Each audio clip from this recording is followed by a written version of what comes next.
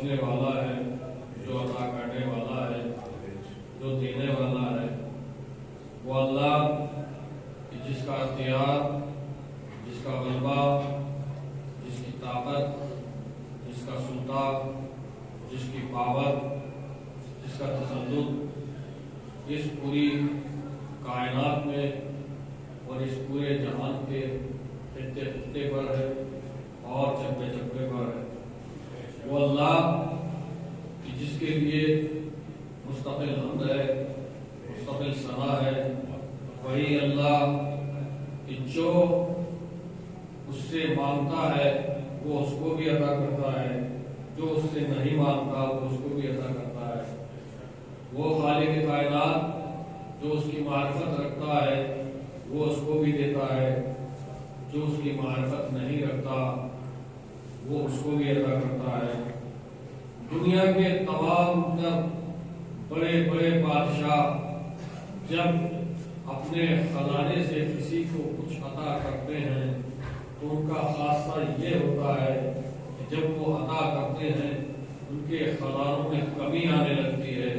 اللہ کا خزانہ ایسا خزانہ ہے، وہ جتنا عطا کرتا چلا جاتا ہے اس کے خزانے میں وسعت ہوتی چلی جاتی ہے۔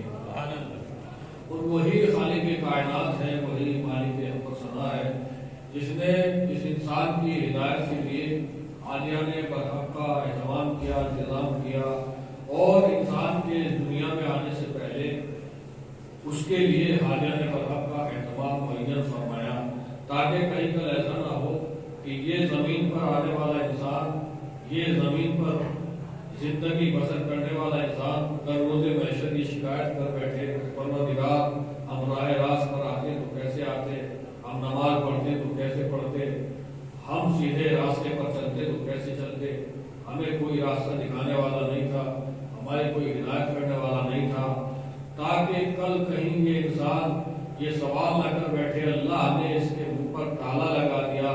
اور ہر انسان کے آنے سے پہلے ہر قوم کے لیے اللہ نے ہادی کا اہتمام فرمایا، ہادی کا انتظام فرمایا، اور جناب آدم سے لے کر جناب ختمی مرتبہ تک اللہ وحدہ لا شریک نے ہادیان برحق کا اہتمام اور انتظام فرمایا، اور انہی ہادیان برحق کے راستے پر اس پر چلتے ہوئے اسی راہ کو فالو کرتے ہوئے انسان کو جزا ملے گی۔ اور جس نے ہادیان برحق کا جو منصوص من اللہ، جو اللہ کی جانب سے ہادیان برحق آئے ہیں ان کے راستوں کو چھوڑا ہے، وہ سزا کے مستحق ہیں، اور جنہوں نے ان کے راستے پر چلتے ہوئے اس دنیا کو لبیک، دنیا سے الوداع کہا اور دار بقا کی طرف جا ملے ہیں، ان کے لیے اس دنیا میں بھی فلاح ہے اور اس دنیا کے بعد بھی فلاح و بہبودی ہے۔ وہی کائنات کا ہادی برحق، وہی کائنات کا رسول کہ جسے اللہ نے ختمی مرتبہ بنا کر بھیجا، جسے اللہ نے رحمت للعالمین بنا کر بھیجا، تمام دنیا کے لیے رحمت بنا کر بھیجا اللہ نے حضرت محمد مصطفیٰ صلی اللہ علیہ وسلم، رحمت للعالمین، پوری عالمین کے لیے رحمت، جتنے بھی عالم ہیں ہر عالم کے لیے رحمت ہے رسول خدا۔ وہی رسول، وہی پیغمبر، وہی میسنجر، وہی ہادیان برحق ارشاد فرما رہا ہے، فاطمہ تو بضعۃ منی، فاطمہ میرا ٹکڑا ہے، فاطمہ میرا جز ہے، من آذاہا فقط آذانی، بس جس نے اس کو اذیت دی اس نے مجھے اذیت دی۔ دیکھیے رسول کائنات کی زندگی کو آپ اٹھا کر دیکھ لیجیے، اللہ کے رسول نے اس ہادیان برحق میں پوری زندگی اپنی دین اسلام کی تبلیغ کے لیے، دین اسلام کی ترویج کے لیے صرف کر دی ہے، مگر آپ کو کہیں نہیں ملے گا کہ اللہ کے رسول جیسے جیسے اللہ کے دین کی تبلیغ کرتے تھے، لوگ جناب رسول خدا کو کوئی مجنون کہا کرتا تھا، کوئی شاعر کہا کرتا تھا، لیکن رسول کو کبھی کوئی رنج و الم نہیں ہوا، رسول نے کبھی کسی رنج و الم کا احساس نہیں کیا۔ یہ کائنات کا رسول تبلیغ کرتا رہا، تبلیغ دین کرتا رہا، لوگوں تک دین پہنچاتا رہا، اور لوگ دین کے بدلے رسول کو اذیتیں دیتے رہے، لوگ دین کے بدلے رسول کو الم و رنج پہنچاتے رہے، مگر اللہ کے اس رسول نے کبھی بھی الم کا احساس نہیں کیا۔ اگر الم کا احساس کرنا چاہا تو اپنی ذات کے اعتبار سے نہیں بلکہ اپنی بیٹی کے ذریعے سے کہا جو علمہا ما یعلمنی، میرا کوئی الم نہیں ہے، میرا کوئی رنج نہیں ہے، ہاں جس نے اس کو رنج پہنچایا ہے، جس نے فاطمہ کو الم پہنچایا اس نے مجھے الم پہنچایا ہے، وہ کائنات کا رسول کہ جو کانٹوں پر مسکرا مسکرا کے چل جاتا تھا، اللہ کے دین کی تبلیغ کرتا تھا، اللہ کے دین کی تبلیغ کرتا تھا۔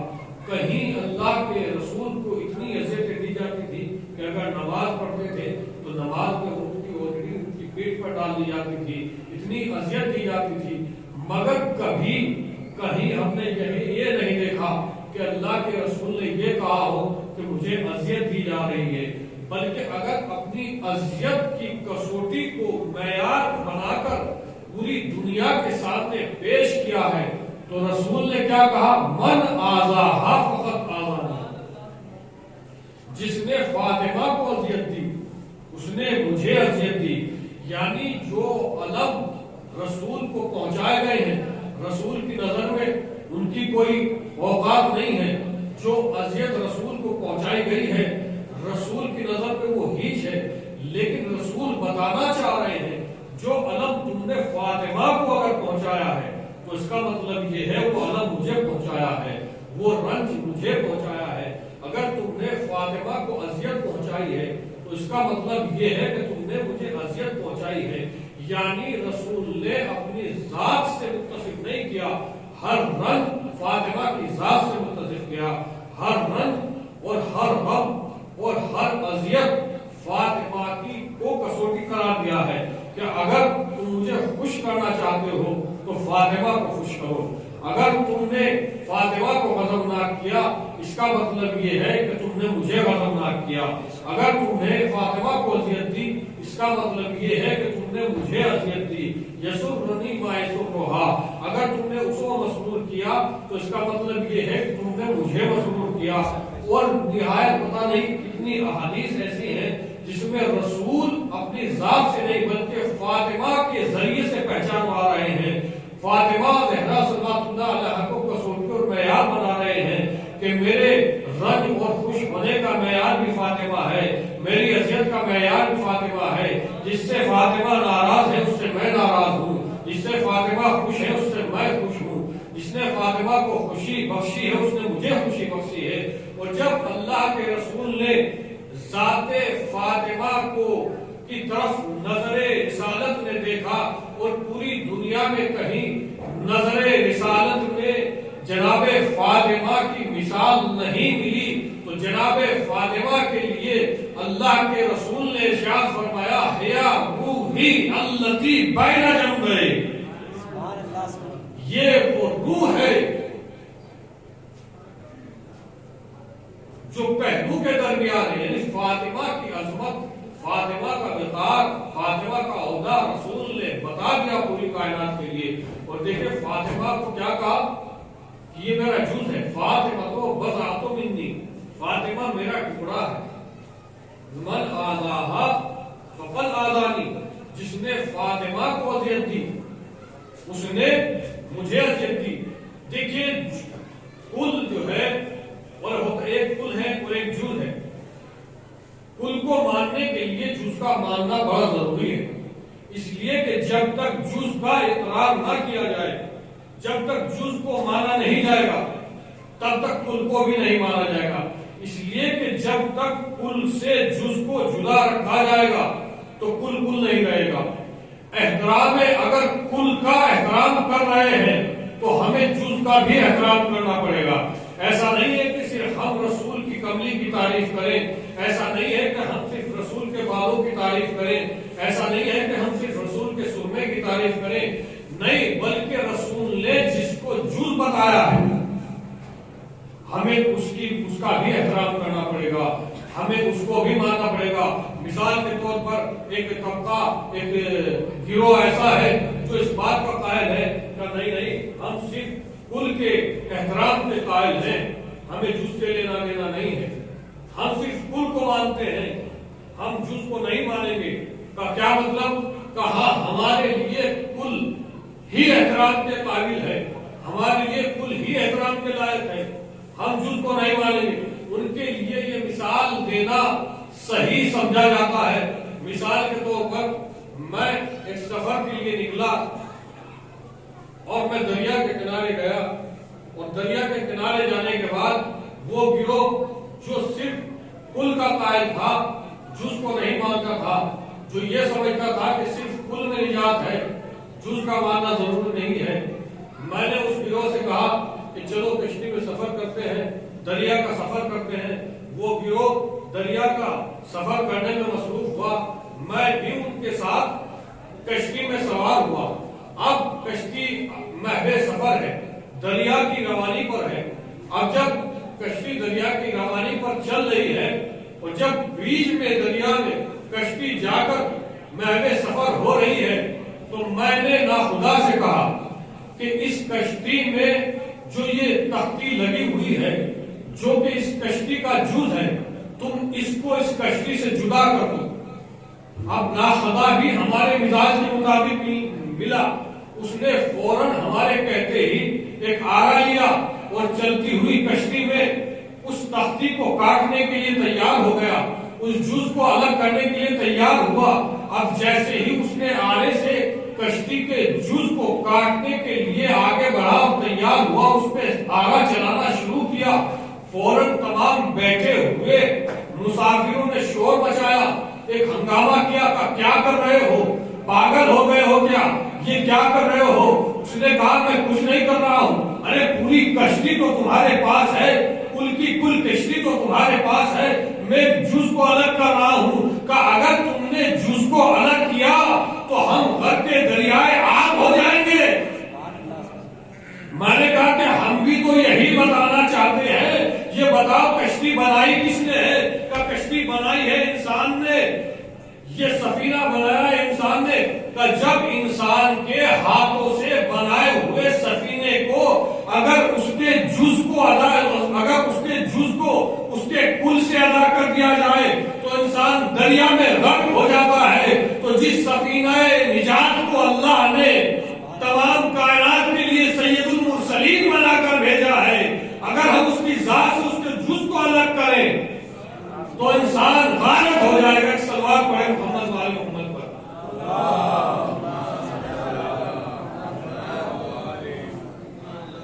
فاطمہ کو بضعۃ منی، فاطمہ میرا ٹکڑا ہے۔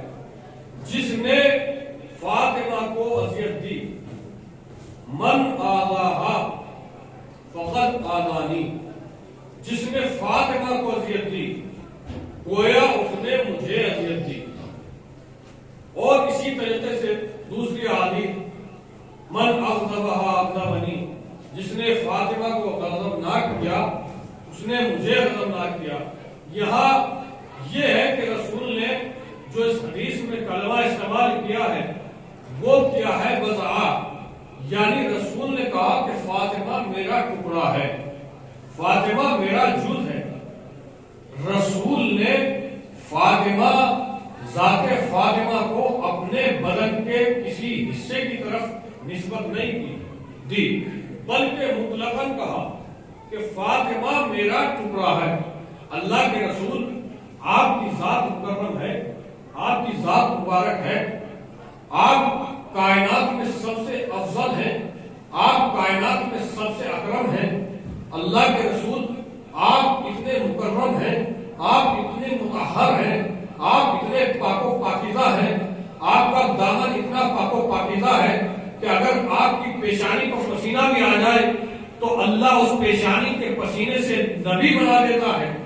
آپ نے مطلقاً کہا، آپ نے کوئی قید نہیں لگائی، بس کہا کہ فاطمہ میرا ٹکڑا ہے۔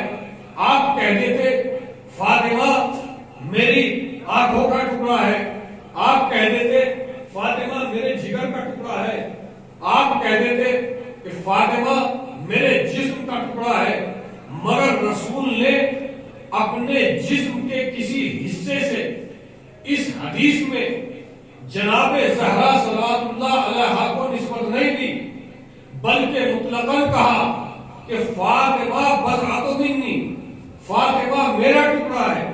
اللہ کے رسول آپ اتنے افضل کہ اگر ہاتھوں سے کنکریاں اٹھائے تو کنکریاں کلمہ پڑھنے لگے، اور اگر کنکریاں پھینک دیں تو قرآن کی آیت بن جائے، وما رمیت اذ رمیت ولکن اللہ رمی، اور اللہ اس پھینکنے کو اپنا فعل بتائے۔ میرے رسول یہ کنکریاں تم نے نہیں پھینکی ہیں، یہ کنکریاں ہم نے پھینکی ہیں۔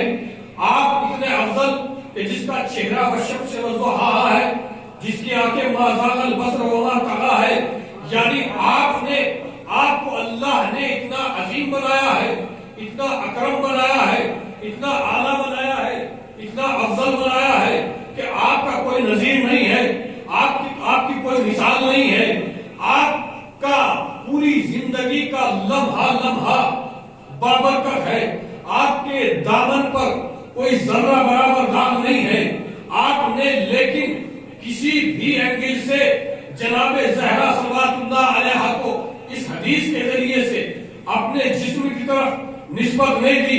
یہ چیز کی بات ہم تاریخ میں پوچھتے ہیں، ہم نے تاریخ کبریٰ میں پوچھا، تاریخ کبریٰ یہ بتا رسول کے جسم کی عظمت کیا ہے، رسول کے جسم کی عظمت کیا ہے، رسول کے بدن کی عظمت کیا ہے۔ ہمیں تاریخ میں ملا، ہمیں روایت میں ملا، روایت میں بتایا ان الشیطان لا يتمثل ولا يتمكن برسول اللہ، شیطان کی اتنی ہمت نہیں ہے کہ وہ رسول کی شبیہ بن جائے، وہ رسول کی شکل اختیار کر لے۔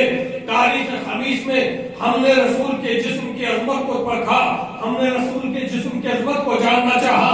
اے اللہ کے رسول کی عظمت کو، جسم کی عظمت کو ذرا بتا تو صحیح کہ اللہ کے رسول کے جسم کی عظمت کیا ہے۔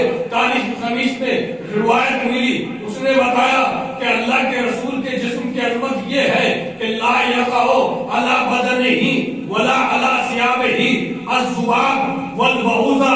رسول کے جسم کی عظمت یہ ہے، رسول کے جسم کی عظمت یہ ہے کہ کسی مکھی اور مچھر کی مجال نہیں ہے کہ جو رسول کے جسم پر بیٹھ جائے۔ اتنا پاک و پاکیزہ ہے میرا رسول، مگر میرے رسول نے تب بھی کسی جسم کے حصے سے بیوی کو نسبت نہیں دی۔ انہ صلوات اللہ علیہ لا ظل لہ، اللہ نے نبی کے جسم کو اتنا پاک و پاکیزہ اور افضل بنایا کہ اللہ نے نبی کے جسم کا سایہ تک نہ بنایا، اللہ نے نبی کے جسم کا سایہ تک نہ بنایا۔ اور آگے بڑھیے، انہ دمہ الطاہر، رسول کے جسم کی فضیلت یہ ہے کہ رسول کا خون پاک ہے۔ اور آگے بڑھیے اور حدیث میں دیکھیے کیا ہے رسول کے جسم کی عظمت، کیا ہے رسول کے جسم کی فضیلت، کس اعتبار سے رسول کا جسم افضل ہے۔ روایات میں ہمیں ملا ان الارض، کتاب سنن ابن داؤد، ان الارض لا تاکل جسدہ، نبی کا جسم اتنا بابرکت ہے کہ زمین نبی کے جسم کو کھا نہیں سکتی، نبی کے جسم کو کھا نہیں سکتی۔ کتنا افضل نبی کا جسم، نبی کا جسم اتنا افضل، اگر یہ اللہ کا نبی اپنے ہاتھ سے کنکری پھینکے تو اللہ کہے کہ یہ تم نے نہیں پھینکی ہے، یہ ہم نے پھینکی ہے۔ اتنا بابرکت جسم ہے نبی کا، لیکن نبی نے اتنا بابرکت ہونے کے باوجود بھی اس حدیث میں اپنے جسم سے نبی نے فاطمہ کو نسبت نہیں دی۔ اے اللہ کے رسول، جب آپ کا جسم اتنا بابرکت ہے، آپ کا جسم اتنا طیب و طاہر ہے، آپ کا کوئی بدیل نہیں ہے، آپ کی کوئی مثال نہیں ہے، آپ کہتے تھے کہ فاطمہ میرے جگر کا ٹکڑا ہے، آپ کہتے تھے فاطمہ میرے جسم کا ٹکڑا ہے، آپ نے مقید کیوں نہیں کیا؟ آپ نے مقید کیوں نہیں کیا؟ آپ نے مطلقاً کہا کہ فاطمہ میرا ٹکڑا ہے۔ عجب نہیں رسول آواز ہے، اگر میں فاطمہ کو اپنے جسم کی طرف نسبت دے دیتا تو فضیلت فاطمہ محدود ہو کر رہ جاتی۔ میں نے مطلقاً کہا ہے فاطمہ تو بضعۃ منی، فاطمہ میرا ٹکڑا ہے۔ یعنی فاطمہ میرے جسم کا بھی ٹکڑا ہے، فاطمہ میری روح کا بھی ٹکڑا ہے۔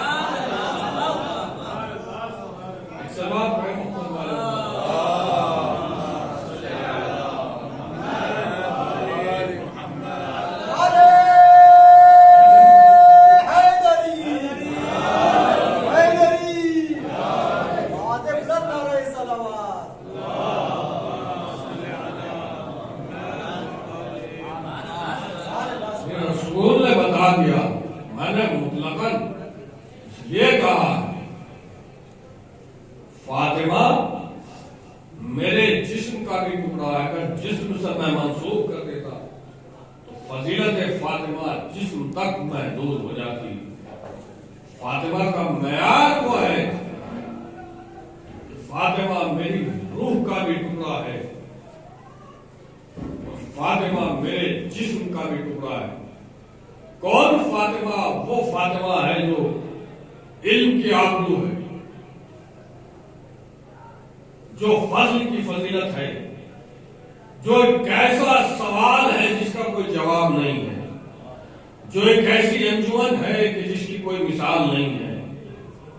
فاطمہ وہ ہے جو شرم کی چادر ہے، فاطمہ وہ ہے جو حیا کی اوڑھنی ہے، فاطمہ وہ ہے جو کمالوں کا کمال ہے، فاطمہ وہ ہے جو فضل کی فضیلت ہے۔ بس میں سرکار رسالت مآب ہے، بس میں سرکار سجی ہوئی ہے، رسول صحابہ کے درمیان ہے، رسول کو حکم ہوا، جناب جبرائیل نازل ہوئے، اے اللہ کے رسول، یہ واقعہ اس وقت کا ہے کہ جب بی بی سیدہ صلوات اللہ علیہا 9 سال کو پہنچی، جب آپ کی حیات مبارکہ 9 سال کو پہنچی تو اللہ کی طرف سے حکم ہوا کہ اے میرے پیغمبر، میرے رسول، اب فاطمہ کے لیے رشتہ ازدواج کے لیے قدم بڑھائیے۔ اللہ کے رسول نے بزم صحابہ میں، جو صحابہ کی بزم ہے، اس حکم کا اعلان کیا۔ اس حکم کا اعلان کرنا تھا کہ لوگ اپنے دلوں میں امنگ لیے ہوئے، آرزو لیے ہوئے کہ چلو ہم بھی رسول کے داماد ہو جائیں، چلو ہم بھی رسول کے یہاں رشتہ قائم کر لیں، رشتہ لے کر آنے لگے۔ ایسے بھی لوگ رشتہ لے کر آئے جن کی کوئی وقت نہیں تھی۔ تاریخ بتاتی ہے کہ ایک ہفتے کے اندر 1700 لوگ رشتہ لے کر آئے، بی بی کونو مکہ کا 1700 لوگ رشتہ لے کر آئے۔ جب لوگوں کا تعداد جمع رہا، رسول کو حکم ہوا، رسول نے لوگوں سے کہا، صحابہ سے کہا کہ دیکھو میں فاطمہ کے ازدواج کے بارے میں وحی الہی کا منتظر ہوں، جو حکم وحی الہی کے ذریعے سے ہوگا اسی اعتبار سے اور اسی نہج سے اور اسی جگہ پر فاطمہ کا رشتہ کیا جائے گا۔ اے اللہ کے رسول، آپ کو مختار کائنات ہے، آپ کو اللہ نے مختار کائنات بنایا ہے، اور یہ حق تو ایسا ہوتا ہے کہ دنیا کا ہر باپ اپنی بیٹی کے بارے میں حق رکھتا ہے کہ وہ اس کا رشتہ کہاں طے کرنا ہے، لیکن آپ کو اللہ نے مختار کائنات بنایا ہے، اور مختار کائنات بھی ایسا ویسا نہیں کہ صرف زمین پر اختیار ہے، نہیں، زمین کا بھی مختار ہے، آسمان کا بھی مختار ہے۔ ایسا مختار کائنات بنایا کہ اگر آپ زمین پر پڑے ہوئے سنگریزوں کو اٹھا لیں تو وہ کلمہ پڑھنے کے لیے تیار ہو جائے۔ ایسا مختار کائنات کہ اگر کھڑے ہو کر درخت کی طرف اشارہ کرے تو درخت اپنی جگہ چھوڑ کر رسول کو سلامی دینے کے لیے آئے. ایسا مختار کائنات بنایا کہ اگر زمین پر کھڑے ہو کر چاند کی طرف اشارہ کرے تو چاند کو 2 ٹکڑوں میں تبدیل کر دے. ایسا مختار کائنات کہ اگر سورج کو دیکھے تو سورج مغرب سے پلٹنے پر مجبور ہو جائے. پروردگار تم نے اپنے نبی کو اتنا بڑا مختار بنایا مگر بیٹی کے معاملے میں کہا کہ رشتہ میری مرضی سے ہوگا. عجب نہیں، آواز قدرت آئے کہ میں فاطمہ کے وقار کو بتلانا چاہ رہا ہوں، میں فاطمہ کے وقار کو سمجھانا چاہ رہا ہوں کہ دیکھو فاطمہ کا وقار اتنا بلند ہے. میں نے اپنے رسول کو مختار بنایا ہے، میں نے اپنے رسول کو مختار کائنات بنایا ہے، میں نے اپنے رسول کو زمین کا اختیار دیا ہے، آسمان کا اختیار دیا ہے، سورج کا اختیار دیا ہے، چاند کا اختیار دیا ہے. میں نے رسول کو مختار بنایا ہے اور مختار بنا کر یہ کہا میرے رسول یہ دنیا تیرے حوالے ہے، اب تو اس دنیا میں جو تو چاہے گا وہ تیری مرضی سے ہوگا مگر فاطمہ کا رشتہ میری مرضی سے ہوگا. ایک سلوات پڑھے مل جل کے محمد والے محمد پر.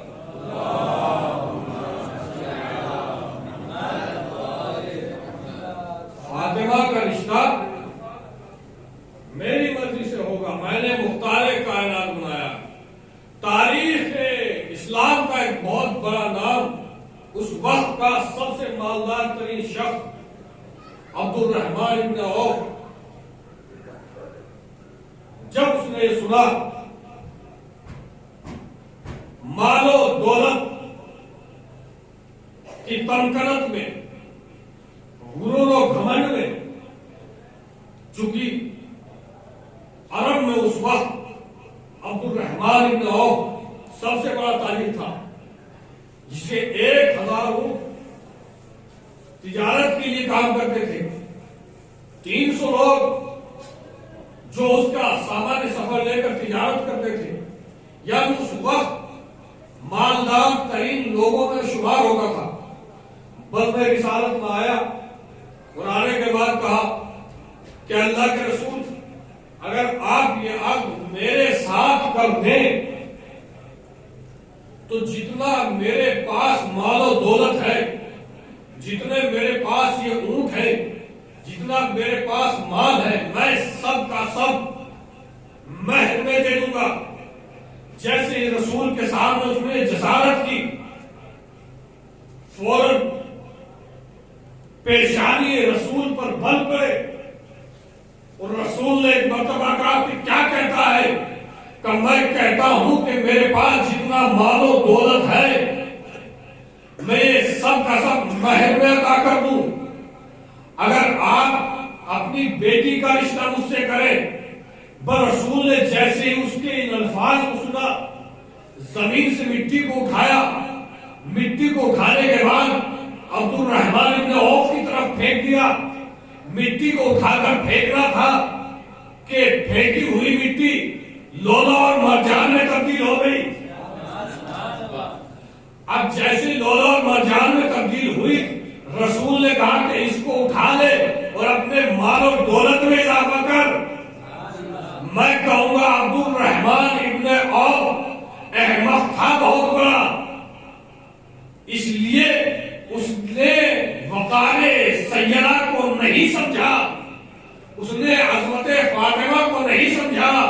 عظمت فاطمہ سے منسلک ہونے کے لیے مال کی ضرورت نہیں ہوتی ہے، کمال کی ضرورت ہوتی ہے. ایک سلوات پڑھے مل جل کے محمد والے محمد پر.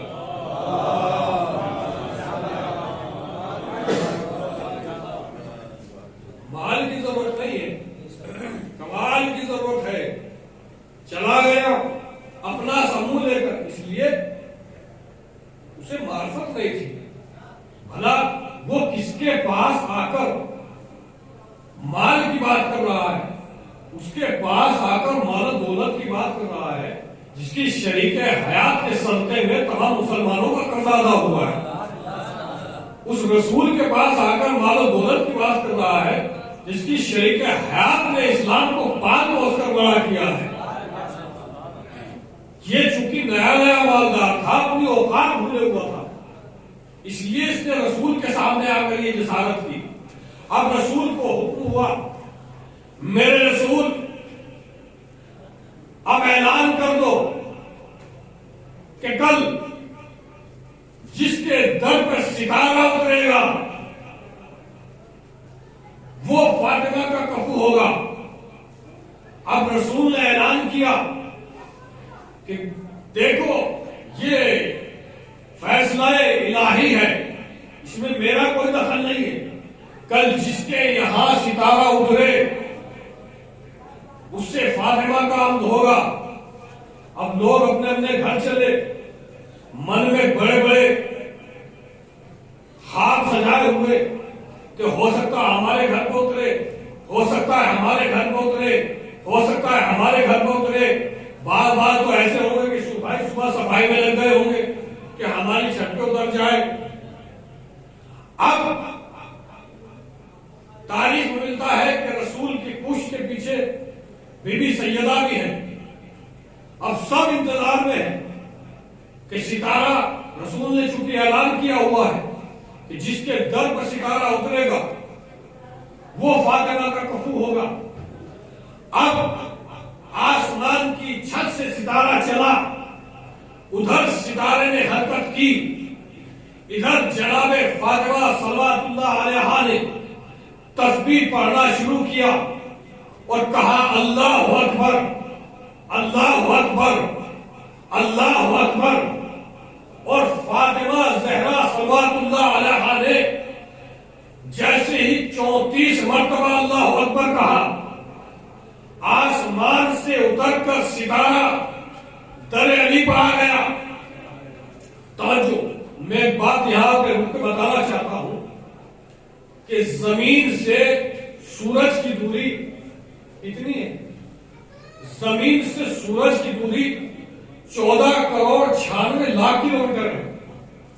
زمین سے سورج کی دوری 14 کروڑ 96 لاکھ کلومیٹر ہے. اور اتنی دوری سے سورج کے نور کو زمین پر آنے میں 8 منٹ اور کچھ سیکنڈ لگتے ہیں. یعنی یہ نور کی رفتار ہے. سورج کے نور کو زمین پر آنے میں 8 منٹ کا ٹائم لگتا ہے. اور ستارے سورج سے کہیں زیادہ اوپر ہیں. توجہ، ستارے سورج سے کہیں زیادہ اوپر ہیں. قدرت کا نظام یہ ہے کہ سورج کا نور زمین پر 8 منٹ میں آتا ہے. جناب سیدہ نے قدرت کا کھیل ہی بدل دیا. جناب سیدہ نے وہ ستارہ جو سورج سے کافی اونچائی پر ہے اس کے نور کو نہیں بلکہ ستارے کو بلوایا. اب آپ تکبیر پڑھیے، 34 مرتبہ اللہ اکبر پڑھنے میں کتنا وقت لگتا ہے؟ میں نے پڑھ کر دیکھا 1.5 منٹ، زیادہ سے زیادہ 2 منٹ. جناب سیدہ نے 2 منٹ میں آسمان کی چادر سے ستارے کو اپنے دروازے کو بلا لیا. اب کوئی یہ نہ پوچھے کہ فضیلت تسبیح زہرا کیا ہے، فضیلت تسبیح زہرا کیا ہے، فضیلت تسبیح زہرا کیا ہے، فضیلت تسبیح سیدہ کیا ہے. اما جو 2 منٹ میں آسمان سے علی کے در پر ستارے سے سجدہ کرنے پر مجبور کرا دے، اس کو تسبیح جناب زہرا کہتے ہیں. ایک صلوات پڑھے مل جل کے محمد والے محمد پر.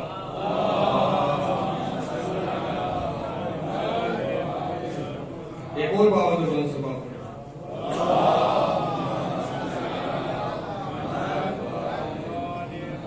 یعنی جناب سیدہ نے جیسے ہی 34 مرتبہ اللہ اکبر کہا، آسمان سے ستارہ در علی پر آ گیا. یہ ہے جناب فاطمہ زہرا صلوات اللہ علیہا کے دہنے مبارک سے الفاظ کا اثر. دہنے مبارک سے جو ان کے الفاظ نکل جاتے ہیں، اللہ اس میں اتنا اثر دکھاتا ہے کہ اگر آسمان پہ ستارہ بھی ہے تو وہ بھی زمین پہ آ جاتا ہے۔ جناب فاطمہ صلوات اللہ علیہ کا عقد ہوا جناب امیر کائنات سے، دنیا کے افضل ترین شخص سے۔ اب ایک منافق ابھی عقد ہو چکا ہے، لیکن کچھ لوگوں کے دلوں میں تمنائیں ہیں، وہ تمنائیں گھر کیے ہوئے ہیں۔ ایک منافق ہے، جیسے ہی عقد کے بعد مولا متقیان سے اس کی ملاقات ہوئی، ملاقات ہونے کے بعد اس نے مولا سے گفتگو کی، اور جب مولا سے پہلے گفتگو ہوا تو اس نے امیر کائنات سے کہا، یا علی انکا افضل العرب و اشجوہا، اے علی آپ پورے عرب میں سب سے زیادہ فضیلت والے ہیں اور سب سے زیادہ شجاع ترین ہیں۔ اے علی آپ ہی وہ ہیں جنہوں نے بڑے بڑے عرب سورماؤں کو درس دکھایا ہے۔ اے علی آپ وہ ہیں جس کے سامنے بڑے بڑے ساونتوں کی پنڈلیاں کانپ جاتی ہیں۔ اے علی آپ وہ ہیں جس نے صنادید عرب کا قتل کیا ہے۔ اے علی آپ وہ ہیں جس نے مرہب و عنتر کو پچھاڑا ہے۔ اے علی آپ ہی وہ ہیں جو تمام عرب پر فضیلت رکھتے ہیں، تمام عرب پر افضلیت رکھتے ہیں۔ انکا افضل العرب و اشجوہا، سب سے زیادہ افضل آپ ہیں، سب سے زیادہ شجاع ترین آپ ہیں۔ وہ الگ بات ہے کہ بزم صحابہ میں بیٹھنے والوں نے اس کا اقرار نہیں کیا، دل سے سب مانتے تھے، زبان سے کوئی نہیں کہتا تھا۔ وہ تو جناب جبرائیل جب مزدہ لے کر آئے کہ لا فتح الا علی لا سیف الا ذو الفقار، اس سے ثابت ہو گیا کہ کوئی مانے یا نہ مانے اللہ نے اعلان کر دیا علی ہی سب سے افضل ہے، علی ہی سب سے زیادہ شجاع ہے۔ یا علی انکا افضل العرب و اشجوہا، آپ سب سے بڑے فضیلت والے، صاحب فضیلت اور شجاع ہے۔ پھر کہتا ہے علی مگر آپ نے ایسے خاندان میں شادی کی ہے، وقد تزوجت بعائلۃ لا تملک قوت یومہا، علی آپ افضل ترین ہیں، شجاع ترین ہیں، مگر آپ نے ایسے گھرانے میں اپنی شادی کی ہے جن کے یہاں ایک وقت کا، ایک دن کا اثاثہ نہیں ہے، جن کے یہاں ایک دن کا کھانے کے لیے سامان نہیں ہے۔ لا تملک قوت یومہا، آپ نے ایسے گھرانے میں شادی کی ہے جن کے یہاں ایک دن کے لیے بھی ساز و سامان نہیں ہے کہ وہ کھانا کھا سکے۔ پھر اپنی تمنا ظاہر کرتا ہے اور کہتا ہے یا علی لو تزوجت ابنتی، اگر آپ مجھ سے اپنی بیٹی کی شادی کر دیتے لملأت دارا و داری، اے علی اگر آپ مجھ سے شادی کر دیتے لملأت دارک و دارک، دارک و داری بأجہز من نور من نوق مؤطرۃ بأجہزۃ نفیسۃ، اگر آپ مجھ سے شادی کر دیتے تو اپنے گھر سے لے کر آپ کے گھر تک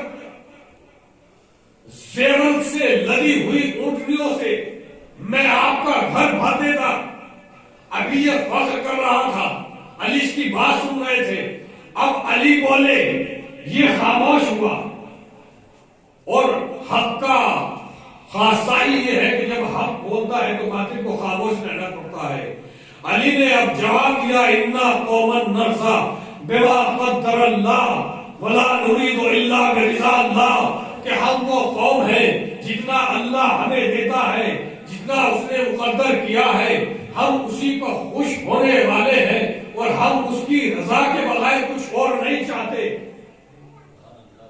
ہم اس کی رضا کے بغیر کچھ اور نہیں چاہتے۔ پھر جناب میرے کائنات نے جملہ کہا انا فخرنا بالاعمال لا بالاموال، ہمارے لیے جو سرمایہ فخر ہے وہ ہمارے اعمال ہے، اموال نہیں ہے۔ یعنی جناب مولا کائنات نے ایک پیمانہ بتا دیا، ایک میزان بتا دی کہ دیکھو تم کتنے بھی بڑے عہدے پر چلے جانا، فخر مت کرنا، صاحب اولاد ہو جاؤ فخر مت کرو، صاحب مال ہو جاؤ فخر مت کرو، صاحب ثروت ہو جاؤ فخر مت کرو، صاحب دولت ہو جاؤ فخر مت کرو، تم کتنے عہدے پر چلے جانا فخر مت کرنا، گھمنڈ مت کرنا، دولت آ جائے گھمنڈ مت کرنا، شہرت ہو جائے گھمنڈ مت کرنا، کتنا بھی مال و دولت ہو گھمنڈ مت کرنا، کیونکہ امیر کائنات نے فرمایا ہے فخرنا بالاعمال لا بالاموال، ہمارا جو سرمایہ فخر ہے وہ اعمال ہے، اموال نہیں ہے۔ اب اللہ رب العزت اس گفتگو کو دیکھ رہا تھا، جیسے ہی اللہ نے دیکھا یہ میرے علی کو اور میری کنیز فاطمہ کا مذاق بنا رہا ہے، یہ فاطمہ کو کم مال والا شمار کر رہا ہے، یہ فاطمہ کا جہیز کا مذاق بنا رہا ہے، وَإِذَا بِحَاتِفٍ يُنَادِي يَا عَلِي ارْفَعْ رَأْسَكَ وَانظُرْ إِلَىٰ جِحَادِ بِنْتِ رسول اللہ، فوراً منادی نے ندا دی، اے علی ذرا اپنی گردن اٹھاؤ، اپنا سر اٹھاؤ اور فاطمہ زہرا کے جہیز کی طرف نظر کرو۔ اب جیسے ہی امیر کائنات نے اپنی نظر اٹھائی تو کیا دیکھا؟ وَهُوَ بِحُجُبٍ مِّن نُورٍ الْعَرْشِ الْعَظِيمِ، مولا کائنات نے دیکھا کہ زمین سے لے کر آسمان تک نور کے دریچے کھلے ہوئے ہیں، من نوقٍ جنتٍ وسیعاً مملوءاً، اور پوری کائنات پوری فضا جنت کی اونٹنیوں سے بھری ہوئی ہے، پوری فضا میں جنت کی اونٹنیاں مال و زر سے لدی ہوئی ہیں، وَكُلُّ زُمَامٍ، اور ہر ایک اونٹنی کی لگام ہر ایک غلام کے ہاتھ میں ہے، اور وہ غلام آواز دے رہا ہے وَيُنَادُونَ هَٰذِهِ جِحَادُ بِنْتِ رسول اللہ۔ اللہ نے جیسے دیکھا یہ فاطمہ کو کم عظمت والا سمجھ رہا ہے، یہ فاطمہ کو کم دولت والا سمجھ رہا ہے، یہ فاطمہ کا جہیز کا مذاق بنا رہا ہے، ایک مرتبہ جیسے ہی اللہ وحدہ لا شریک نے اس بات کا نظارہ کیا، فوراً ندا دی، اے علی ذرا آسمان کی طرف دیکھو۔ مولا متقیان نے آسمان کی طرف دیکھا، آسمان کی طرف دیکھا تو کیا دیکھا؟ پوری فضا میں، پوری وسیع فضا میں جنت کی اونٹنیاں ٹہل رہی ہے، گھوم رہی ہے، اور ہر اونٹنی کے اوپر ایک کنیز بیٹھی ہوئی ہے جو سورج کی طرح چمک رہی ہے، اور ہر اونٹنی کی لگام ایک غلام کے ہاتھ میں ہے، اور وہ غلام آواز دے رہا ہے کہ یہ فاطمہ زہرا کا جائز ہے۔ ایک سلوات پڑھے مل جل کے محمد والے محمد پر۔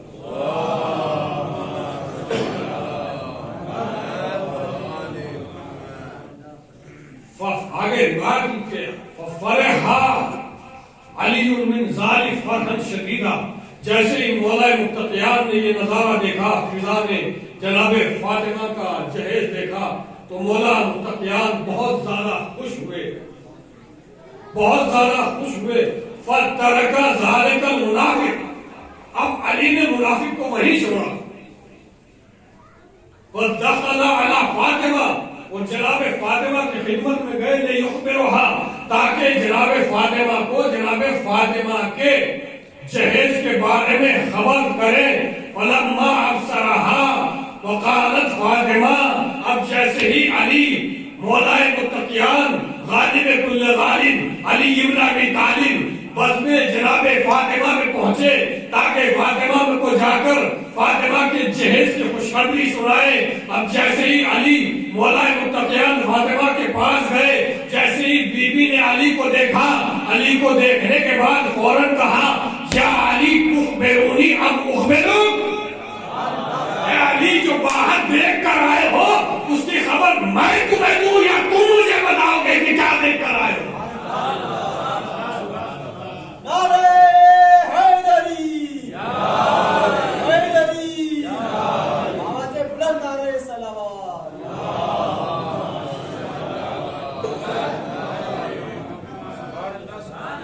جو دیکھ کر آ رہے ہو اس کی خبر تم مجھے دو گے یا میں تمہیں دوں؟ مولا متقیان کہاں تھے؟ مولا متقیان تھے گھر سے باہر۔ فاطمہ کہاں تھی؟ فاطمہ تھی گھر کے اندر۔ تو پتا چلا علی جو کچھ باہر رہ کر دیکھ لیتے ہیں فاطمہ وہ گھر کے اندر رہ کر دیکھ لیتی ہے۔ اور کیوں نہ دیکھے؟ اس لیے کہ رسول نے فرمایا انا و علی من نور واحد، میں اور علی ایک ہی نور سے ہیں۔ اور رسول نے فاطمہ کے لیے کیا فرمایا؟ بضع، فاطمہ تو بضع تو منی، فاطمہ میرا ٹکڑا ہے۔ ادھر رسول نے فرمایا انا و علی من نور واحد، میں اور علی ایک ہی نور سے ہیں۔ تو علی بھی رسول کا جز، فاطمہ بھی رسول کا جز۔ تو اب حیرت کرنے کی بات نہیں ہے، ایک جز وہ ہے جو باہر رہ کر قدرت کا مشاہدہ کر رہا ہے، ایک جز وہ ہے جو گھر کی چار دیواری میں رہ کر اللہ کی قدرت کا مشاہدہ کر رہا ہے۔ صلوات پڑھے محمد والے محمد پر۔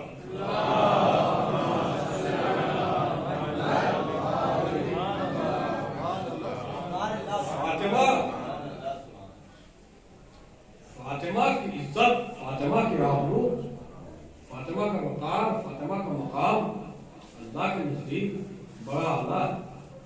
اللہ نے جب دیکھا کہ یہ منافق میری کنیز کو کم مال اور کم دولت والا سمجھ رہا ہے تو فوراً اس کی آنکھیں کھولی، اسے بتایا کہ جو ہمارے نزدیک جن کی اہمیت ہوتی ہے، جن کا وقار ہوتا ہے، وہ مال و دولت کی محتاج نہیں ہوتے۔ ہم نے انہیں مختار کائنات بنایا ہے، ہم نے زمین اور آسمان پر ان کو حکومت کرنے کا حق دیا ہے۔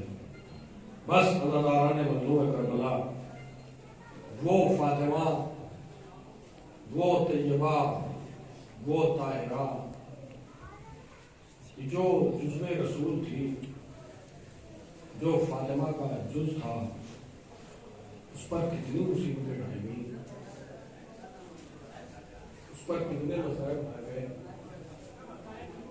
اتنے مسائل کہ بیوی کو کہنا پڑا سبت علیہ مسائل جوہنہا سبت للایام شنا لیالہا، بابا جان میرے اوپر اتنے زیادہ مسائل آئیں گے کہ اگر یہ مسائل روشن دنوں کو پڑ جاتے تو سیاہ رات میں تبدیل ہو جاتے۔ عزاداران مظلوم کربلا، آپ مسلسل ایام فاطمیہ میں جناب سیدہ کا تذکرہ سن رہے ہیں، آپ مسلسل جناب سیدہ کو گریہ کر رہے ہیں، لیکن حقیقت میں دل سے بتائیے کہ جناب سیدہ پر گریہ کرنے کا حق ادا ہو گیا ہے؟ کیا جناب فاطمہ زہرا کو جو اذیت دی گئی ہے اس اذیت کا حق ادا ہو گیا ہے؟ عزاداران مظلوم کربلا، وہ رسول کی بیٹی نہ جانے کس عالم کا مصیبت کا پہاڑ رسول کی بیٹی پر ٹوٹ گیا تھا کہ 18 سال کی عمر میں بال بھی سفید ہو گئے تھے، کمر بھی خمیدہ ہو گئی تھی۔ عزاداران مظلوم کربلا، کبھی احساس کیجئے، کبھی سوچئے، کبھی تنہائی میں بیٹھ کر کبھی سوچے تو صحیح کہ آخر ایسا کون سا مصیبت کا پہاڑ تھا جو سیدہ پر گرا اور 18 سال کے سن میں بی بی کمر خمیدہ ہو گئی۔ 18 سال کی عمر کمر خمیدہ ہونے کی عمر ہوتی ہے کیا؟ 18 سال کا سن بالوں کی سفید ہونے کا سن ہوتا ہے؟ عزاداران مظلوم کربلا، میں نے جناب سیدہ کا نام لیا، آپ کی آوازیں بلند ہو گئی، وہ بی بی جو حسین کا گریہ سننے کے لیے فرش مجلس پر آتی ہے، آج وہ بی بی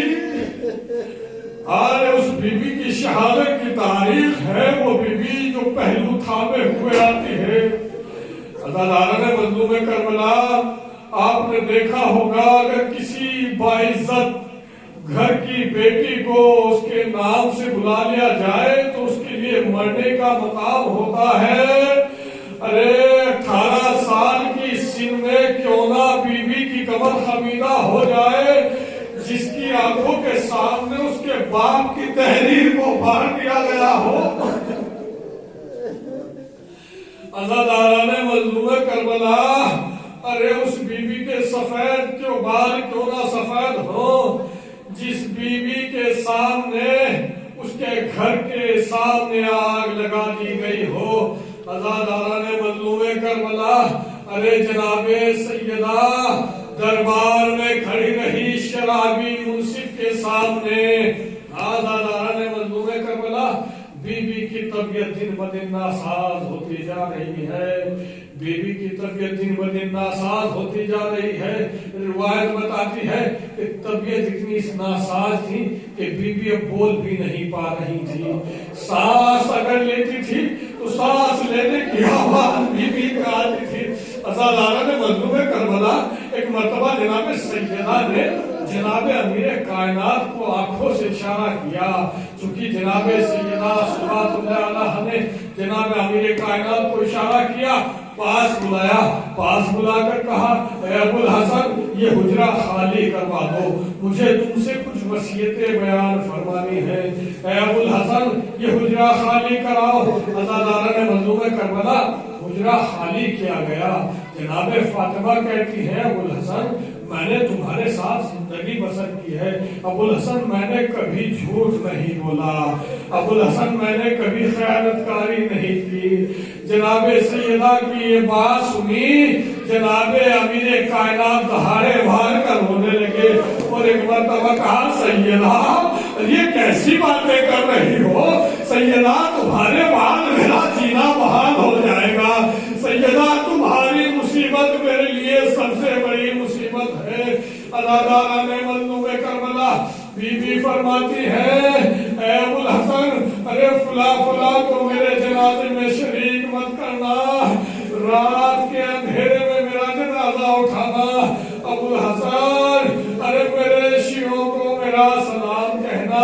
عزاداران مظلوم کربلا، روایت میں ملتا ہے جناب سیدہ صلوات اللہ علیہ کے اوپر جو مصائب ڈھائے گئے ہوئے ہیں نا، وہ کیا مصائب کی کیا کیفیت تھی، کیا کیفیت تھی۔ اللہ حسن کے فرماتے ہیں فَجَمَعُ الْحَطَبَ الْجَزَلِ عَلَىٰ أَبْوَابِنَا، میرے در پر لکڑیوں کو اکٹھا کیا گیا، وَأَتُوا بِالنَّارِ لِيُحْرِقُوهُ وَيُحْرِقُونَا، تاکہ رسول کے اس گھر کو جلا دیا جائے جس گھر پر رسول سلام پیش کرنے کے لیے آتے تھے۔ عزاداران مظلوم کربلا، آپ مسائل سن رہے ہیں نا، آپ نے دیکھا ہوگا جب کسی بچے کے پیچھے کوئی دبش ہو جاتی ہے، جب کوئی بڑا پیچھا کرتا ہے اسے مارنے جاتا ہے اور بچہ چاروں طرف سے نا امید ہو جاتا ہے تو بچہ دروازے کے پیچھے چھپ جاتا ہے۔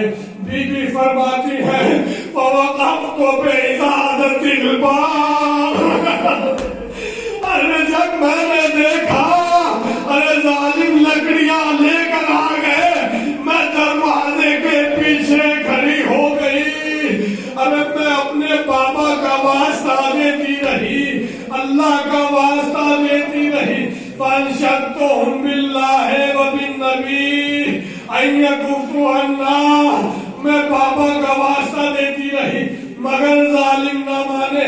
عزاداران مظلوم کربلا، بی بی فرماتی ہے فَأَخَذَ عُمَرُ الصَّوتَ بِيَدِ قُرْفُزٍ فَضَرَبَ بِهِ أُذُنِي، ارے عمر نے سوت لیا، میرے بازو پر مارنا شروع کیا، فَالْتَوَى الصَّوتَ عَلَى أُذُنِي،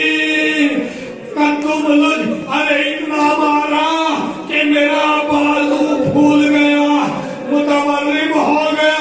عزاداران مظلوم کربلا، سیدہ کے اوپر مصیبت ہے، بی بی پہ تازیانہ لگا، جناب سیدہ چہرے